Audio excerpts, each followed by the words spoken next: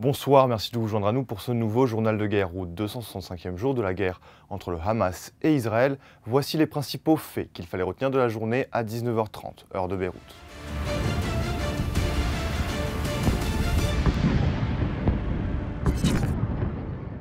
Commençons par les événements au Liban et au nord d'Israël. Un membre du Hezbollah a été tué jeudi lors d'un raid israélien ciblant sa moto dans la Bekaa occidentale, tandis qu'au sud Liban, de violents échanges de tirs d'artillerie se sont poursuivis entre le Hezbollah et l'armée israélienne. L'armée israélienne a également visé hier soir un immeuble de 2 étages, blessant 8 personnes dans la ville de Nabatiyeh, située à une trentaine de kilomètres de la frontière israélienne. Jeudi matin, le village de Kfar Kila a été soumis à des tirs de mitrailleuses. Au cours de la journée, l'armée israélienne a frappé dans les villes d'Ait Haroun, de Houla et de Naoula. Pour sa part, le Hezbollah a revendiqué 6 attaques contre des positions militaires israéliennes frontalières. Le ministre israélien de la Défense, Yoav Gallant, a annoncé avoir discuté avec des responsables israéliens de la modification de la situation sécuritaire à la frontière libano-israélienne lors de ses rencontres à Washington. Il a également ajouté avoir examiné les développements des affrontements entre Israël et le Hezbollah avec le conseiller à la sécurité nationale des États-Unis, Jake Sullivan. Dans la bande de Gaza, la défense civile a fait état d'au moins 5 morts à Gazaville, au nord de l'enclave, où d'intenses bombardements à l'artillerie et des tirs d'hélicoptères israéliens ont visé le quartier de Shoujaïa.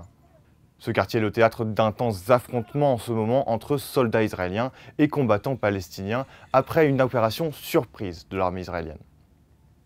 Au sud, à Rafah, plusieurs bâtiments ont été détruits par les forces israéliennes selon des témoins, et à Khan Younes, des avions israéliens ont ciblé une école où se trouvaient, selon l'armée, des combattants armés du Hamas. À Jenin, en Cisjordanie, un soldat israélien est mort et 16 autres ont été blessés lors d'une embuscade tendue par le djihad islamique palestinien. Selon un communiqué du groupe armé, ces combattants sont parvenus à faire exploser 2 véhicules militaires israéliens. Le bilan humain depuis le début de la guerre à 19h30, heure de Beyrouth, selon les derniers chiffres du ministère de la Santé de Gaza, au moins 37 765 personnes ont été tuées dans les assauts et les bombardements israéliens.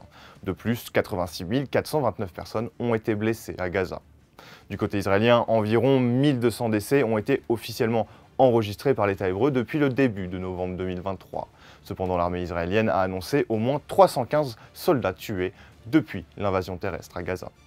À l'international, le ministre israélien de la Défense, Yoav Gallant, en visite dans la capitale américaine, a estimé mercredi qu'il y avait eu des progrès significatifs sur la question des transferts d'armes américaines vers Israël après que Benjamin Netanyahou ait déploré des retards dans un message vidéo très mal reçu à Washington.